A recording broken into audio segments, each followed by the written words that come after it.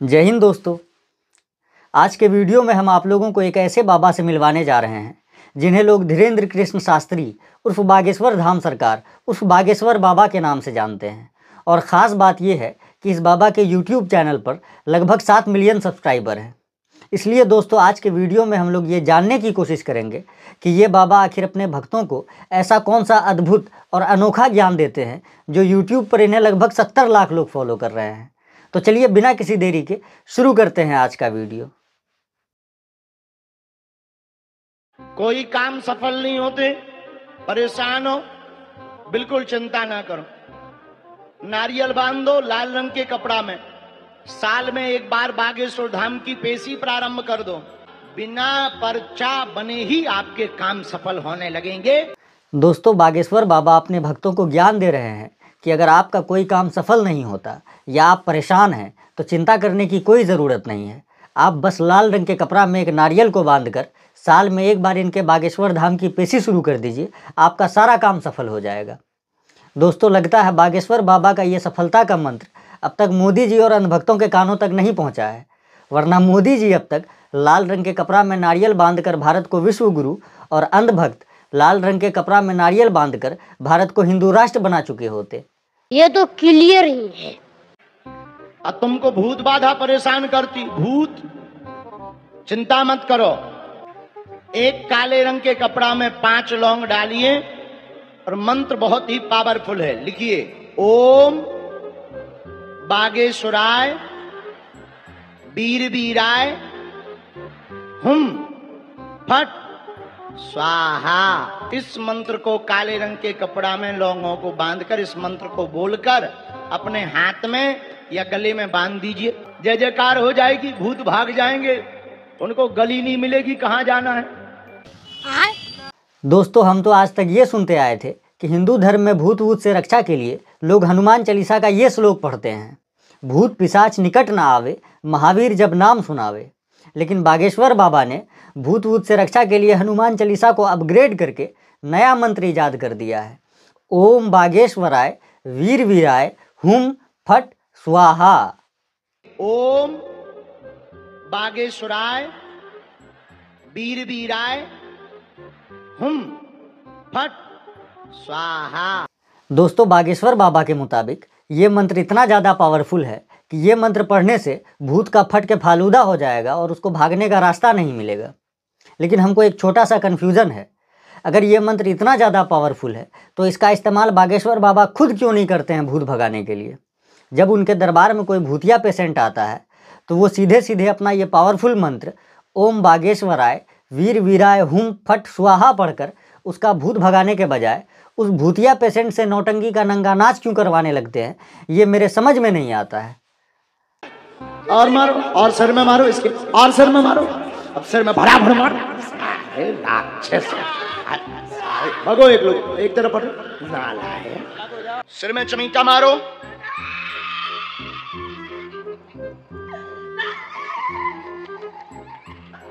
और जमीन में फटकारो।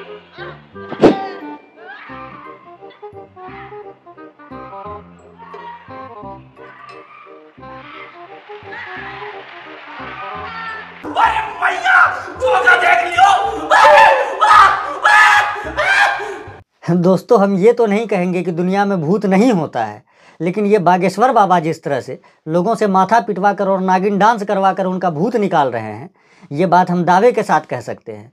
अगर इनमें से किसी इंसान के अंदर सच में भूत होता तो यकीन मानिए वो बागेश्वर बाबा के कहने पर अपने आप को थप्पड़ नहीं मार रहा होता और बागेश्वर बाबा के हुक्म पर ज़मीन पर लेटकर नागिन डांस नहीं कर रहा होता, बल्कि अपने भूतिया शक्ति के जरिए बड़ी सभा में बागेश्वर बाबा को धोती सर पर रखवा कर उससे लुंगी डांस करवा रहा होता। इसलिए दोस्तों हम आप लोगों से बस यही कहेंगे कि बागेश्वर बाबा के इस स्क्रिप्टेड भूतिया नौटंकी को आप लोगों को ज़्यादा सीरियसली लेने की ज़रूरत नहीं है। बाकी हम आगे बढ़ते हैं और बाबा के अगले फर्जी वीडियो पर नज़र डालते हैं। एक बार हमारी रावण से बात हुई, फोन कॉल पर। अब ये मत पूछना कि नंबर क्या था, अब ये मत पूछना कि कॉल डिटेल दिखाओ, दिखा नहीं सकते, पर बात हुई। दोस्तों ये बाबाओं का संबित पात्रा कह रहा है कि एक बार रावण से इसकी फ़ोन पर बात हुई। देखो, पहली बात तो ये कि रावण से इसकी फ़ोन पर बात हुई, ये बात सिर्फ हमारे लिए नहीं बल्कि गौमूत्र को गंगा जल समझकर पीने वाले अंधभक्तों के लिए भी नाकाबिले एतबार है। लेकिन एक पल के लिए हम मान लेते हैं कि बागेश्वर बाबा ने गौमूत्र के नशे में रावण से फ़ोन पर बात कर लिया होगा। तो दोस्तों, अब ज़रा ये भी जान लेते हैं कि इन्होंने रावण से फ़ोन पर क्या बात किया। उन्होंने कहा, हेलो बागेश्वर वाले बोल रहे हैं। हम कहा जी, हम कहा भैया कैसे हो?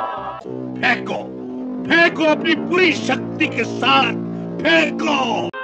हद तो जा हो गई कि साउंड में फटर फटर हो गो। हमने कहा भाई साहब दसई मुंह से बोल रहे का? बोला हाँ। हमने कहा 9 लॉक करो, एक से बोलो। फिर एक मुंह से बात हुई रावण की। ये फेकेश्वर बाबा बता रहे हैं कि इसने रावण से फ़ोन पर पूछा कैसे हो भैया, तो रावण ने कहा हम तो ठीक है भैया, तुम बताओ तुम कैसे हो।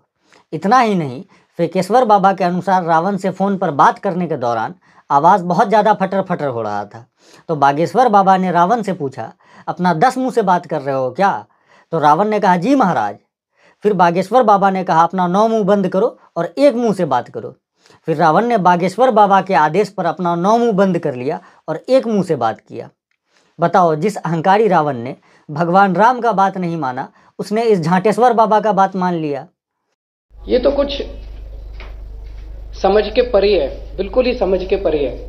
दोस्तों, इस झाटेश्वर बाबा का रावण से फ़ोन पर बतियाने वाला ये अतरंगी कहानी सुनकर आप लोग ये तो समझ गए होंगे कि ये बागेश्वर बाबा कितना बड़ा दिमागी बवासीर का मरीज़ है।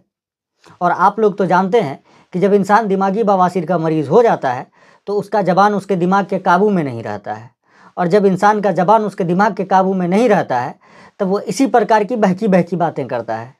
कुत्ता 2 प्रकार के होते हैं। कुत्ता DOG डॉग, क्या कौन कौन? पालतू और फालतू। उसी प्रकार जो राम जी का पालतू हो जाता, उनके गले में कंठी माला होती है। जो फालतू होता है वो बिना माला का होता है। दोस्तों, इस वीडियो में बागेश्वर बाबा अपने भक्तों को ज्ञान दे रहे हैं कि जिस तरह कुत्ता 2 प्रकार का होता है, एक पालतू और दूसरा फालतू, उसी तरह इंसान भी 2 प्रकार का होता है, एक पालतू और दूसरा फालतू। और जो इंसान राम जी का पालतू होता है उसके गले में बागेश्वर बाबा की तरह कंठी माला होता है, और जो इंसान फालतू होता है वो बिना माला के होता है। यानी बागेश्वर बाबा के मुताबिक इस देश का 95% हिंदू फालतू इंसान है, क्योंकि जहाँ तक हमको पता है इस देश के 95% आम हिंदू गले में कंठी माला नहीं पहनते हैं। इतना ही नहीं, खुद हमारे भगवा लुंगी वाले चचा श्री योगी आदित्यनाथ जी भी गले में कंठी माला नहीं पहनते हैं। इसका मतलब बागेश्वर बाबा के मुताबिक योगी आदित्यनाथ जी भी फालतू इंसान हैं। क्या कहते हो चूतियापन का? क्या कहते हो चूतियापन का? यही नहीं, अभी और सुनिए। अच्छा आप बताओ, किसी स्त्री की शादी हो गई हो तो उसकी 2 पहचान होती। पूछो क्या? मांग का सिंदूर, गले में मंगलसूत्र। दोस्तों, इस वीडियो में बागेश्वर बाबा बता रहे हैं कि शादीशुदा स्त्री की 2 पहचान है, एक तो मांग में सिंदूर और दूसरा गले में मंगलसूत्र। और अगर किसी स्त्री के गले में मंगलसूत्र और मांग में सिंदूर ना हो तो उसे देखकर बागेश्वर बाबा क्या समझते हैं, अब जरा ये भी जान लीजिए। मान लो मांग का सिंदूर ना भरा हो, गले में मंगलसूत्र ना हो, तो हम लोग क्या समझते हैं? भाई ये प्लाट अभी खाली है। क्या बोला तूने? मान लो मांग का सिंदूर ना भरा हो, गले में मंगलसूत्र ना हो, तो हम लोग क्या समझते हैं? भाई ये प्लाट अभी खाली है। बागेश्वर बाबा जी, जरा एक नज़र इन शादीशुदा महिलाओं पर भी डाल लीजिए जिनके गले में ना मंगलसूत्र है और ना ही मांग में सिंदूर। तो क्या आपके नज़र में ये सारी महिलाएं खाली प्लॉट है? इतना ही नहीं, जिन हिंदू महिलाओं के पति का देहांत हो जाता है या जिनका तलाक हो जाता है, उनके गले में भी मंगलसूत्र और मांग में सिंदूर नहीं होता है। तो क्या आपके नज़र में वो सारी महिलाएं भी खाली प्लॉट है? इस वीडियो के सामने आने के बाद सवाल तो बनता ही है, अगर हम करें तो करें क्या, बोले तो बोले क्या? भाई चप्पल देख रहे हैं, धीरेन्द्र शास्त्री को इतना चप्पल मारेंगे ना, गिनेंगे नहीं मारा। बहुत गाली आएगा। अरे देने दीजिए ना, जो कमेंट में गाली देगा उनके लिए भी एक बात कहना चाहेंगे, आप गाली तभी दीजिएगा जब आपके घर में बहन नहीं होगा कुंवारी, और नहीं तो अगर आपके घर में कुंवारी लड़की है इसका मतलब वो भी खाली प्लॉट है। ब्यूटीफुल। वैसे दोस्तों, आप लोग तो जानते हैं कि महिलाओं को खाली प्लॉट समझकर जोतने के चक्कर में अभी हमारे देश के 2 नामचीन बाबा, एक आसाराम और दूसरे राम रहीम, अभी जेल में जोते जा रहे हैं। लगता है बहुत जल्द इस लिस्ट में तीसरा नंबर बागेश्वर बाबा उर्फ धीरेन्द्र कृष्ण शास्त्री का आने वाला है, क्योंकि ये बाबाओं का संबित पात्रा अपने भक्तों को प्रवचन के नाम पर जिस तरह का ऊट पटांग और बेतुका ज्ञान दे रहा है, हमको पूरा यकीन है कि आसाराम और राम रहीम की तरह इस बागेश्वर बाबा के प्रवचन का भी बहुत जल्द शीघ्र पतन हो जाएगा। बोलिए क्या बात। बागेश्वर महाराज की जय। जय आपकी। आप कहते हो कि प्याज और लहसुन का त्याग कर दें, हाँ। तो इसमें दोष का है, हमें ये नहीं समझ में आया अभी तक। प्याज और लहसुन इसलिए नहीं पाई जाती क्योंकि प्याज और लहसुन का जन्म गंदगी से हुआ, राक्षस के मल से हुआ, इसलिए प्याज और लहसुन खाना वर्जित है जी। दोस्तों, ये अतरंगी बाबा अपने भक्तों को ज्ञान दे रहे हैं कि प्याज और लहसुन इसलिए नहीं खाना चाहिए क्योंकि प्याज और लहसुन का जन्म राक्षस के मल से यानी राक्षस के टट्टी से हुआ है। यानी बाबा जी के अनुसार जो लोग प्याज और लहसुन खाते हैं, दरअसल वो राक्षस का टट्टी खाते हैं। देखो, पहली बात तो ये कि प्याज और लहसुन सब्जी नहीं बल्कि राक्षस का टट्टी है, ये बात हिंदू धर्म के किसी धर्म ग्रंथ में नहीं लिखा है। और जो बात किसी धर्म ग्रंथ में नहीं लिखा हो, वो बात अपने भक्तों को बताने वाला बाबा ज्ञानी नहीं ज्ञांडू कहलाता है। और दूसरी बात, हमको ये समझ में नहीं आता है कि ये बाबा लोग जो चीज़ खुद नहीं खाते हैं उसको गू काहे घोषित कर देते हैं। ये बागेश्वर बाबा कह रहा है कि प्याज और लहसुन इसलिए नहीं खाना चाहिए क्योंकि प्याज और लहसुन राक्षस का टट्टी है। इससे पहले डेरा बाबा यानी रामदेव बाबा ने अपने एक प्रवचन में कहा था कि अंडा इसलिए नहीं खाना चाहिए क्योंकि अंडा खाना और मुर्गी का गू खाना एक समान है। मुर्गी के आगे से निकलता है कि अंडा पीछे से, और जो पीछे से निकले वो गू ही तो होता है। ये प्रोटीन नहीं, ये मुर्गी को गू है। यदि मुर्गी के गू में प्रोटीन है तो तेरी वाले में तो और घने विटामिन ही होते होंगे। अरे गू ही खाना है तो मोल का क्यों खावा है?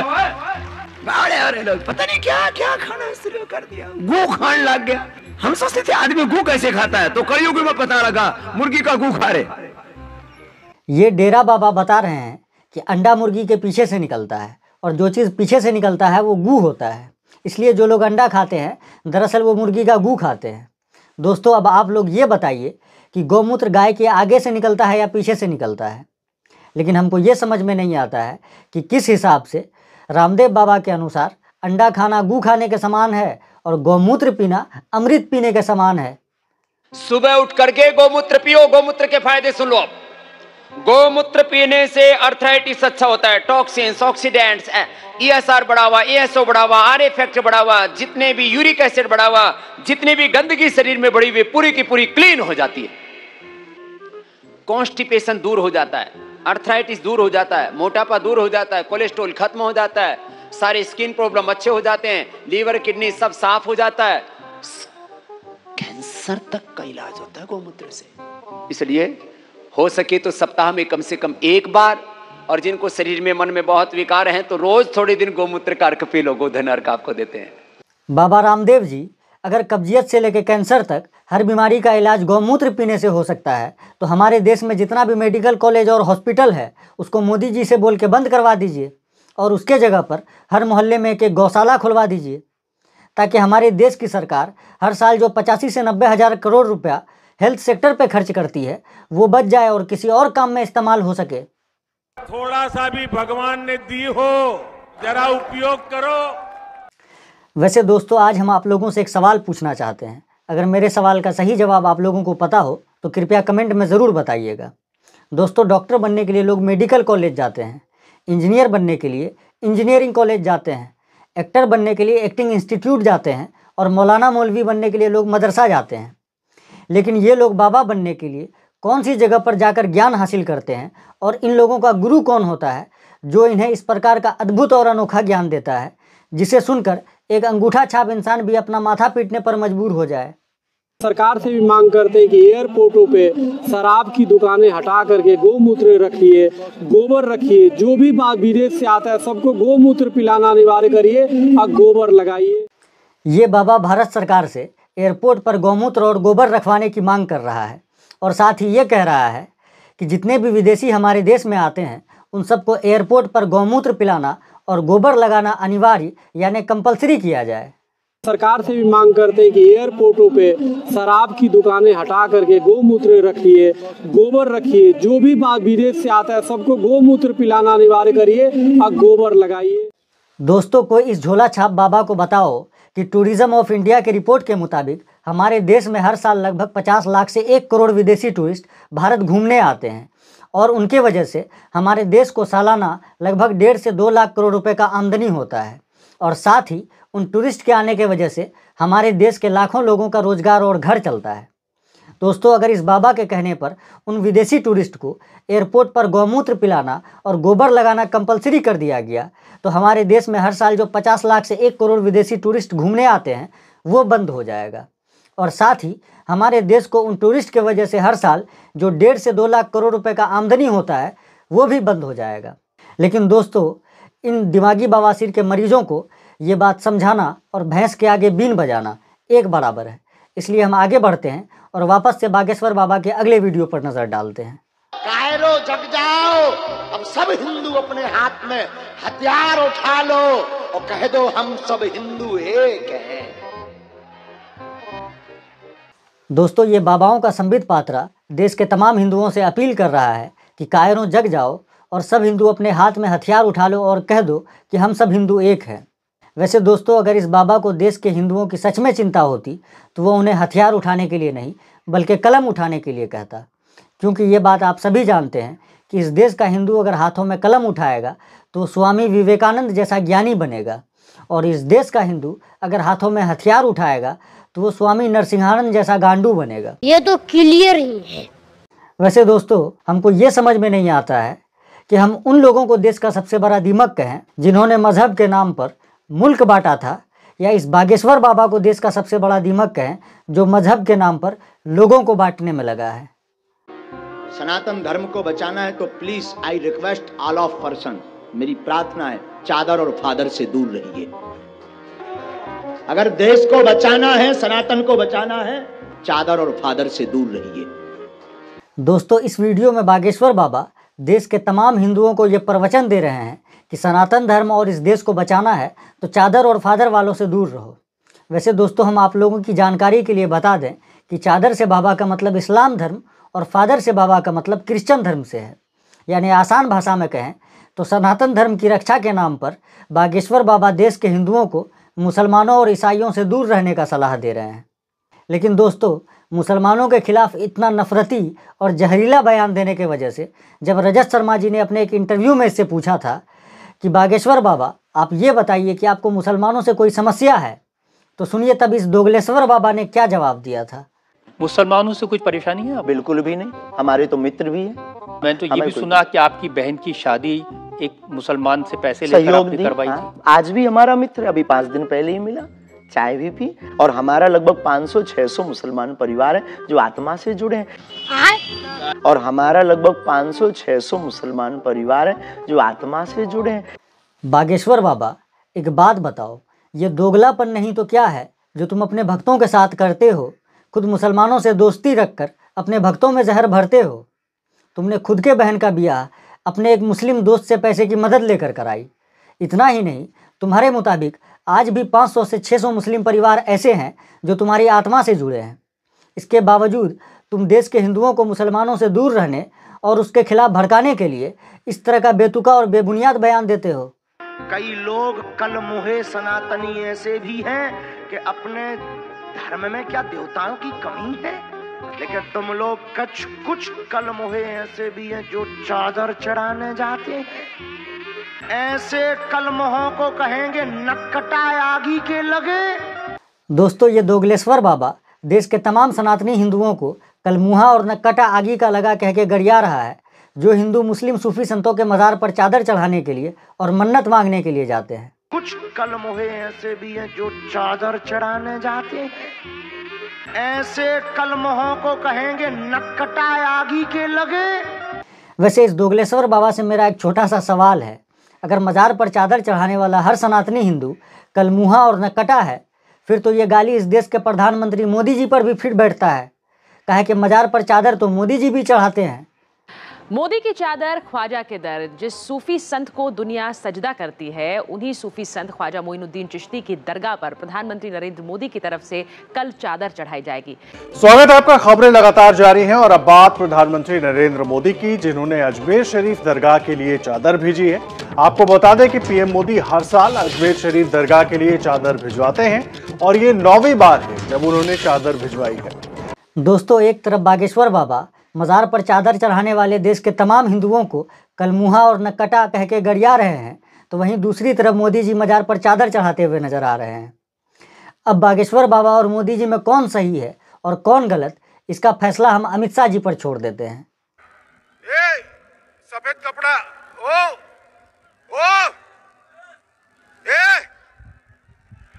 3325 व्यक्ति जिनकी हत्या हो गई थी, जिनको जान गंवानी पड़ी,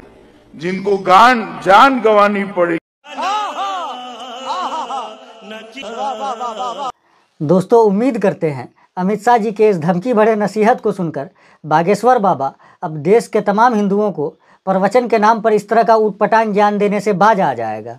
ये तो क्लियर ही है। वैसे दोस्तों, एक और बात, अभी हमने आप लोगों को बागेश्वर बाबा का जितना भी वीडियो दिखाया वो इस बाबा की बकैती का सिर्फ एक छोटा सा नमूना था।